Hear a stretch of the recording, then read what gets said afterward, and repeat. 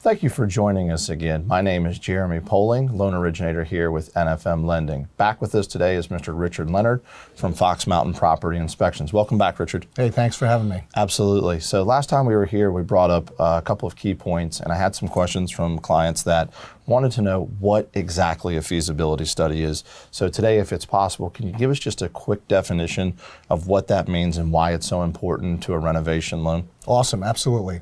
So in a feasibility study, we're going to go to the property, we're going to meet with the buyer, and the first questions I ask them is, what do you want to do to the property? And many times it's, I want a new kitchen, I want new bathrooms, I want flooring, and so forth. And so what we're going to do though is we're going to run through the property very similar to a home inspection and establish what are the mandatory repair items under FHA's minimum property standards guidelines. Then we're going to make some recommendations as well. Recommend you get new windows, for instance. Maybe like, hey, I don't want to spend my money on new windows. Okay, right. Well, you don't have to. And then simply desired repairs. So 3 categories of repairs: mandatory repairs under FHA's minimum property standards guidelines, recommended repairs, and desired repairs. And we're literally going to write up the entire scope of work that's going to be done. I'm actually going to take and put some numbers to those repair items so we get a sense of what is it going to cost. We call it a feasibility study because what we're going to do next is hand that to you. And you're going to look at it and say, okay, yes, they qualify for that amount. The real estate agent's going to look at it and say, yes, I think the property is going to appraise for that amount. Okay, we've got a project going at that point. Once we produce this document, the feasibility study with the numbers on it, we're going to produce a second document with no numbers on it in blank spaces where we've put pricing. Now they can take that, hand it to contractor A, hand it to contractor B, give me an actual price. Usually within about 10% of what those costs should be.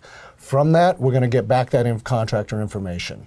Got it. So just to clarify, the feasibility study or the feasibility report that you provide to that consumer, that is not a home inspection, or is that considered a home inspection? It's not a home inspection, mostly because in a home inspection with the state of Maryland and adjoining states, we've got a standards of practice.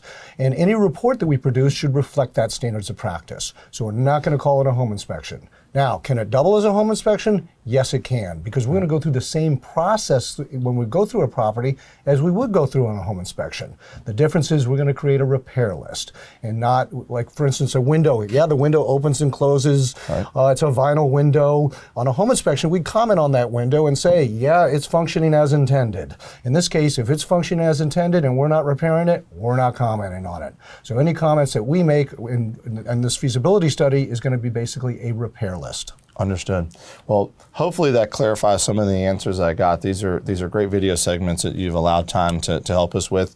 Does help me, helps our clients as well. So thank you again for joining us today, Richard. Hope to have you back sometime soon. You got it, man. Thanks. Thank you, everyone, for joining us today. We look forward to seeing you soon. Have a great day.